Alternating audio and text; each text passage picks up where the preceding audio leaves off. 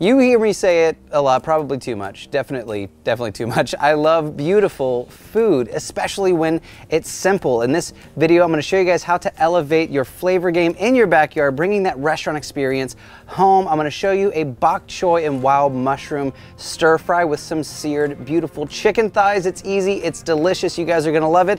Let's quit talking and get right into the video.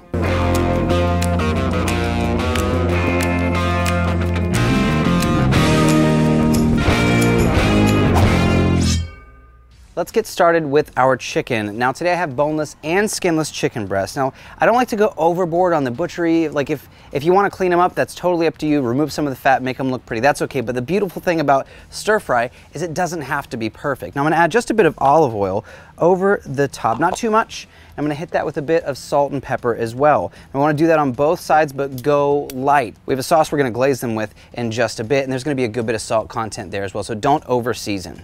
The reason we season beforehand, even though we have some saltiness coming later, is because as we cook it, as we get that sear, we want some of that flavor to attach itself. This is called layers of flavor, building layers and layers of flavor. So now I've got my griddle set to medium heat. We're gonna go right down and get that beautiful, there it is. The griddle is singing my song. We're gonna let that cook for just a few minutes. Now while that's cooking, let's talk about that beautiful sauce. Let me know in the comments down below. Do I say beautiful too much? Do I ever say it when it's not appropriate? I think not. Let's keep moving. So we're gonna make our sauce separate in a bowl. Now there are quite a few ingredients, but don't feel intimidated. These are all normal ingredients, save one, but we'll get to that in just a second. Now we're gonna use some tamari. This is gonna be probably the liquidy deliciousness in our sauce. Tamari is a gluten-free soy. You'll find it in your grocery store right next to the soy sauce.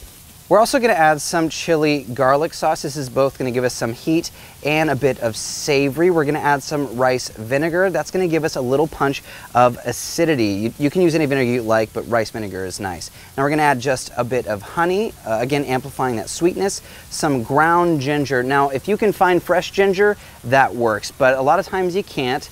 So ground ginger and ground garlic, which they call garlic powder, but there's no difference. It's just marketing. Did you know that? Same thing.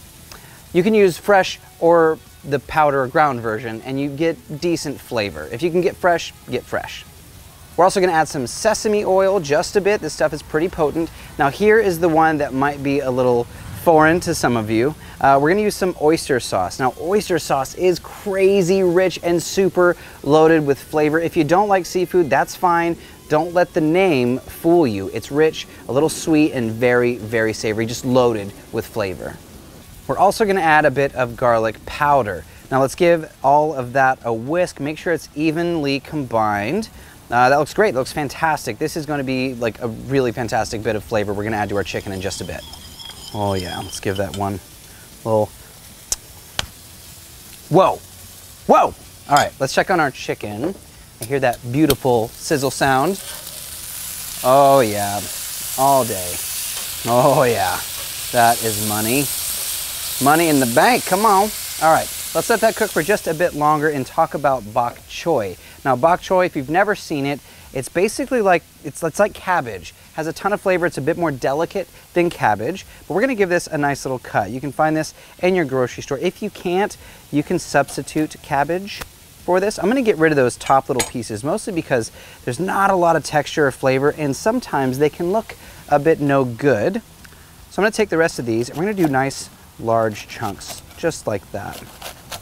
Beautiful. We're gonna go all the way down to the root. Now down here where it gets white, that's where all that beautiful crunch, beautiful flavor is. Give it a flip. We'll get rid of that root part completely. Give that one more chop. There we go. Nice bite-sized pieces. All right, these look gorgeous, fantastic. We have some of those greens, some of the bit of crunchier bits at the bottom, which is great. Now let's oil our griddle just a bit beside our chicken, and we're gonna add our bok choy right down to that beautiful oil. Now we're gonna talk about mushrooms. Today I have an assortment, a beautiful assortment. I'm just gonna keep saying it the whole time. I've got some shiitakes, some oysters, and some baby portobellos. Now each one brings a different texture and a different flavor, and I really want to maximize that mushroom flavor. So we're gonna add this right over top of our beautiful bok choy. Our chicken is looking about 90%, 80% done, which is where we want it to be. Let's go ahead and give ourselves a little bit of room for our bok choy. And let's give this a little toss. Oh yeah. Now this doesn't take too long to cook. So as soon as we start to see that bok choy wilting a little bit, we know it's time to add our sauce. We're only gonna add half of our sauce because we're gonna reserve the other half for our garnish. Perfect. Now let's give that a toss and make sure the chicken gets into some of that sauce as well.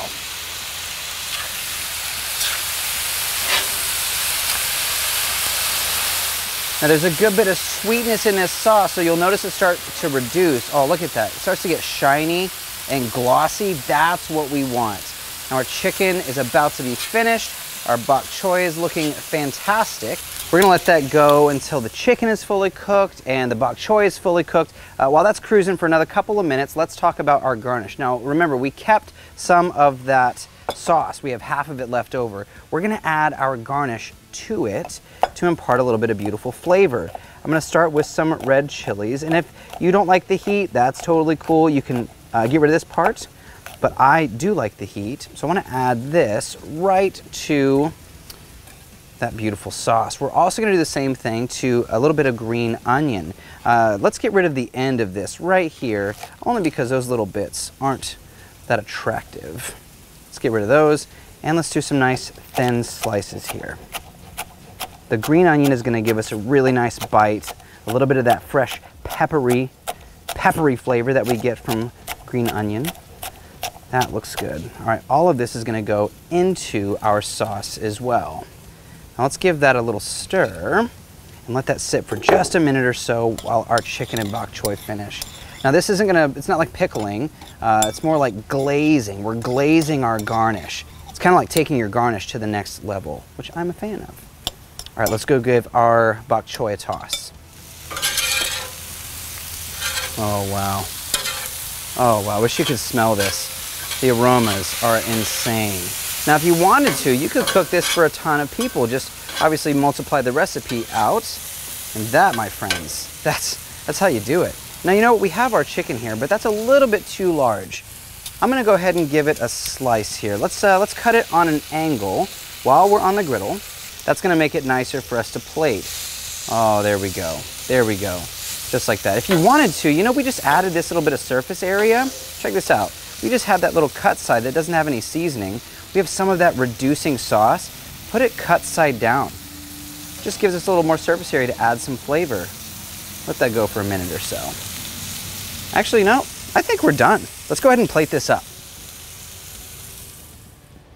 The last thing we need to do is garnish. Let's put that extra sauce right over the top. Add some of those beautiful spicy peppers and the green onions. I mean, this is legendary. The colors pop, the flavors pop. I mean, it really was simple. You guys were hanging out this whole time. This is not difficult. Let's give this a go. And I am personally a fan of that heat, so I want to get some of that pepper, some of that extra, ooh, dip in the extra sauce right over here.